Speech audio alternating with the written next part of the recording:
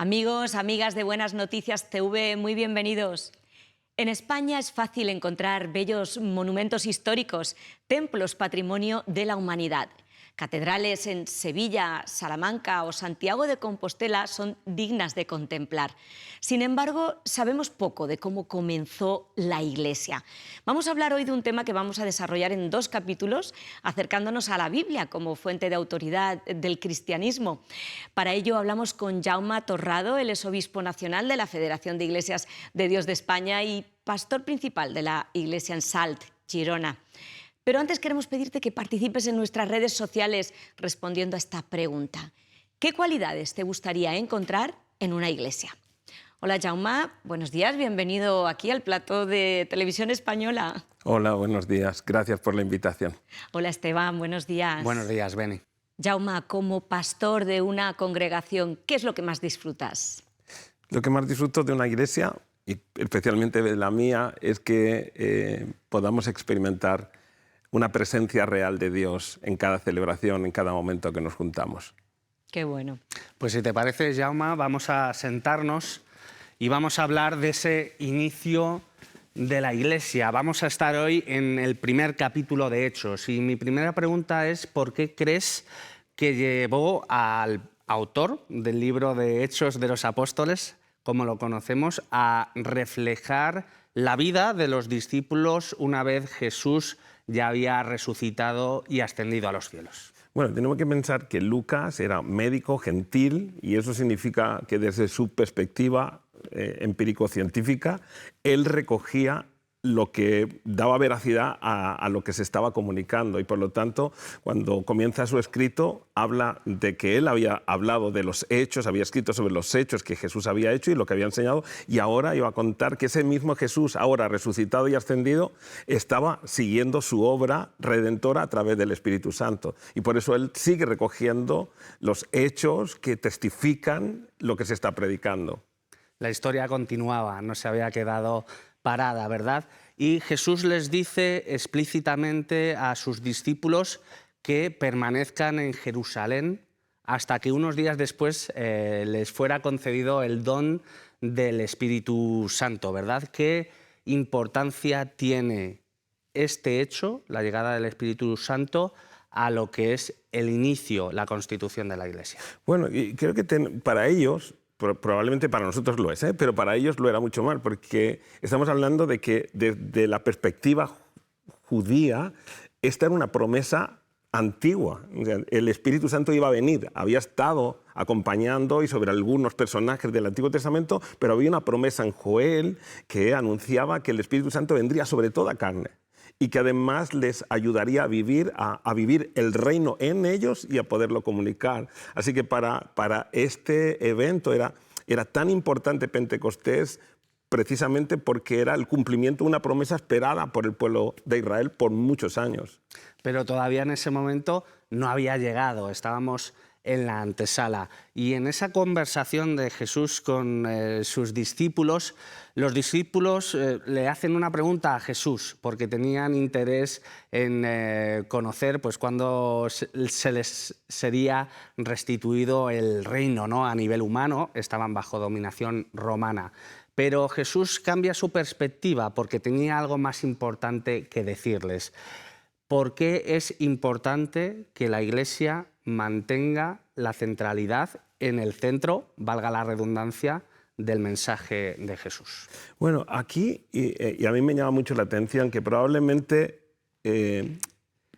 lo que Jesús hace es reorientar la inquietud. No es que estaba mal la inquietud, porque tenemos que pensar que el evangelio que estamos predicando, el evangelio que estaban predicando, era el inicio del cumplimiento del plan de redención. O sea, la historia, en realidad, el final de los tiempos comienza con el nacimiento, la muerte, la resurrección y la ascensión de Cristo. Así que para ellos había un interés en que había un cumplimiento que es la restauración del reino. No una comprensión plena, pero Jesús lo que hace es reorientar ese interés sobre la misión. ¿Por qué? Porque la misión, el cumplimiento de la misión, que era que el evangelio fuera predicado hasta lo último, es esencial para que se pueda cumplir la redención. Cristo no regresa hasta que el evangelio no sea predicado en todas las naciones.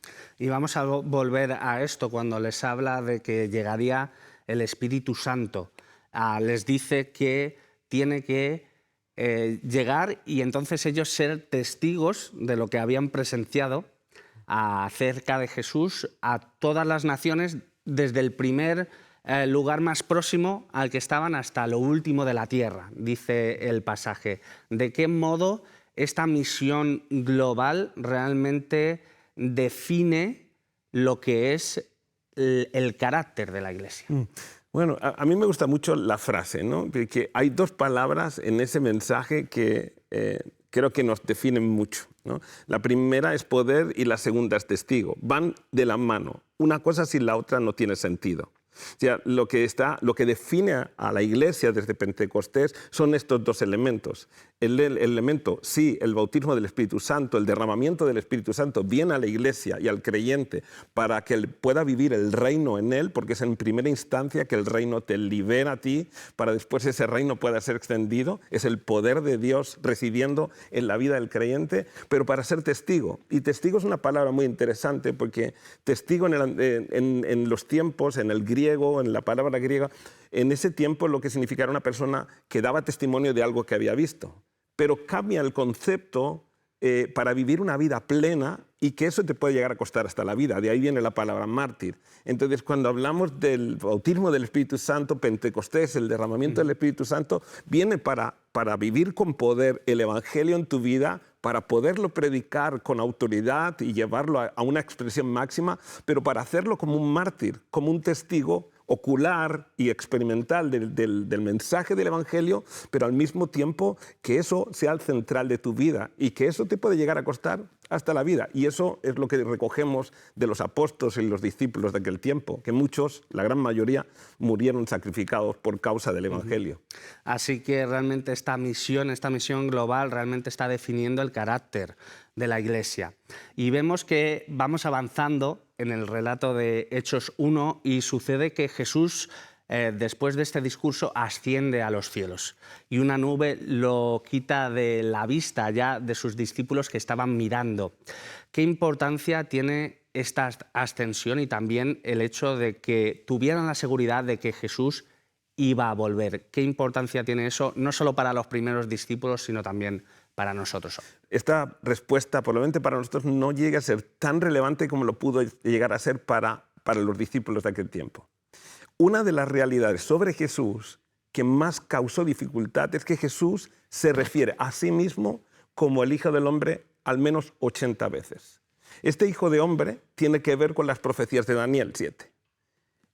Daniel 7 habla sobre el hombre glorificado que ha de volver de las nubes para cumplir la redención completa, lo que Dios ha estipulado de revertir la historia y devolverla al plan original de Dios. Y cuando Jesús habla con ellos, todo señala hacia él como el Mesías, pero hay algo que no cumple Jesús.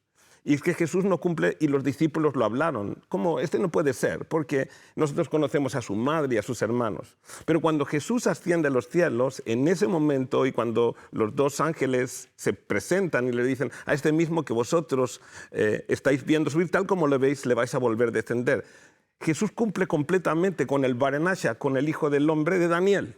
Y eso tiene un impacto para ellos, porque desde ese momento hay una confirmación plena que Jesús es realmente el Mesías, el enviado, el Hijo de Dios, que además va a ser glorificado porque la nube es la gloria de Dios que viene a recoger a Jesús para llevarlo y darle el lugar que el Padre le ha concedido. Y en esa realidad es que la Iglesia cobra un valor profundo. Es que Cristo ahora está glorificado y ahora viene la gran misión de la Iglesia para que Cristo pueda regresar y restaurar el reino. Y vuelven entonces los discípulos al aposento alto donde estaban reunidos y dice el texto que en torno a 120 personas, hombres y mujeres, y están allí esperando a esa llegada del Espíritu Santo, pero no están inactivos, están centrándose en la oración. ¿Qué importancia tiene la oración para la Iglesia? Bueno, yo creo que ahí otra vez encontramos dos palabras claves, ¿no? Encontramos la oración, pero también encontramos una parte importantísima, y es que estaban unánimes en oración. Esos dos términos también tienen mucho que ver para ese momento, porque no era una cuestión de lo que cada uno sentía. Allí no estaban orando sentimientos, allí estaban orando confirmaciones, promesas, palabras. Jesús les había dicho, ahora que tenéis toda la confirmación, ahora que entendéis perfectamente el plan, ahora que sabéis que yo soy realmente el Barnach, el hijo del hombre que va a regresar y va a restaurar, ahora os toca cumplir con la misión, vais a recibir poder. Entonces ellos estaban ahí unánimes en un propósito, orar para que se cumpliese la promesa del Padre, de Joel. Ellos necesitaban, no podían evitarlo, esto no era opcional en la vida de los discípulos ni de la iglesia que iban a hacer. El Espíritu Santo tenía que ser central porque ahora Jesús iba a estar en los cielos y el Espíritu Santo iba a estar operando, en el nombre de Jesús iba a estar operando en el corazón de la iglesia. Y para ellos era vital orar unánimes, orar la promesa y esperar el cumplimiento que Dios les había dado. Por eso era tan importante ese momento. Y junto a esa oración vemos que, recordamos, Judas, el traidor, había entregado a Jesús y había que reponer el total de 12 apóstoles. Y toma un protagonismo en ese momento el apóstol Pedro, guiando un poco este proceso. Cuéntame, ¿por qué crees que era importante que volvieran a ser 12? Bueno, aquí es probable que nos tomase mucho tiempo poder llegar a una explicación plena, pero en realidad Jesús había establecido 12 como una restauración profética de lo que iban a ser las 12 tribus de Israel, y de alguna manera 12 tenían que continuar los 12 que habían visto y que habían caminado con Jesús en ese tiempo, y por lo tanto ellos en realidad hacen algo espiritual, oran, tienen unanimidad en el criterio y según el Antiguo Testamento algunas personas creen que fue incorrecto la forma de la elección de Matías, pero en realidad en el Antiguo Testamento esa era una opción, la opción de la suerte, en ese momento en la comprensión que ellos tenían. Después el discernimiento que trae a la iglesia el Espíritu Santo nos lleva a tomar decisiones de otra manera, pero para ellos era correcto, según la Escritura, que lo hicieran de esta manera. Y era importante que 12 continuasen siendo el legado apostólico que en aquel tiempo hubo y que había que transmitirlo a todos, a la iglesia naciente. Y ya por último, cuéntame por qué es importante, si así lo estimas, conocer bien el inicio de la Iglesia para conocer mejor a Jesús. Bueno, yo creo que tenemos que poder entender lo que representa el inicio de la Iglesia y lo que representa a Jesús. Si en ese inicio de la Iglesia lo único que vemos es una institución humana, terrenal, con normas, con conductas, no habremos entendido nada. Porque la Iglesia lo que viene a representar aquí en la tierra, viene a dar a conocer al Jesucristo encarnado, al Jesucristo resucitado y al Jesucristo glorificado. Y viene a traer un mensaje. La Iglesia no tendría ningún sentido si la Iglesia no fuese misional. La Iglesia tiene que ser totalmente misional. Y la misión de la Iglesia es revelar el amor de Dios al hombre manifestado en la obra de Jesucristo. Entonces, si la Iglesia no encarna el mensaje, si la Iglesia no comunica el mensaje, la Iglesia es un club más de personas mejores o peores, con mejores propósitos, pero no encarna el propósito de Dios, que es la Iglesia, la revelación de Jesucristo en la tierra. Estamos aquí para eso, para revelar el amor de Dios, la voluntad de Dios de que ninguno se pierda, que el mundo pueda llegar a conocer el amor de Dios en sus corazones y que podamos llevarlos a ese encuentro. Y ese es el propósito principal de la Iglesia, de su existencia, ¿no? Como muchas veces decimos, que no vivamos dentro de 4 paredes, ¿no? Que podamos realmente llevar ese mensaje a toda la sociedad, una sociedad que tiene esa necesidad también profunda, cuya respuesta es Jesús. Pues muchísimas gracias, Jaume, por estar hoy con nosotros. Nos volvemos a ver la semana que viene. Que Dios te bendiga. Gracias. Queremos animarte a leer la Biblia antes de despedirnos. Gracias a la labor de las iglesias evangélicas y de la generosidad de la Sociedad Bíblica de España, podemos regalarte esta Biblia si todavía no la tienes. Llámanos ahora al teléfono 673-466-366 y te la enviaremos gratis. Y si formas parte de nuestro club de amigos, hoy sorteamos La Gran Comisión, un libro de la serie Básicos para la Iglesia que nos llega gracias a la generosidad de la editorial Peregrino. Muchas gracias por vuestra atención en este día y no lo olvides, tú vales mucho para Dios.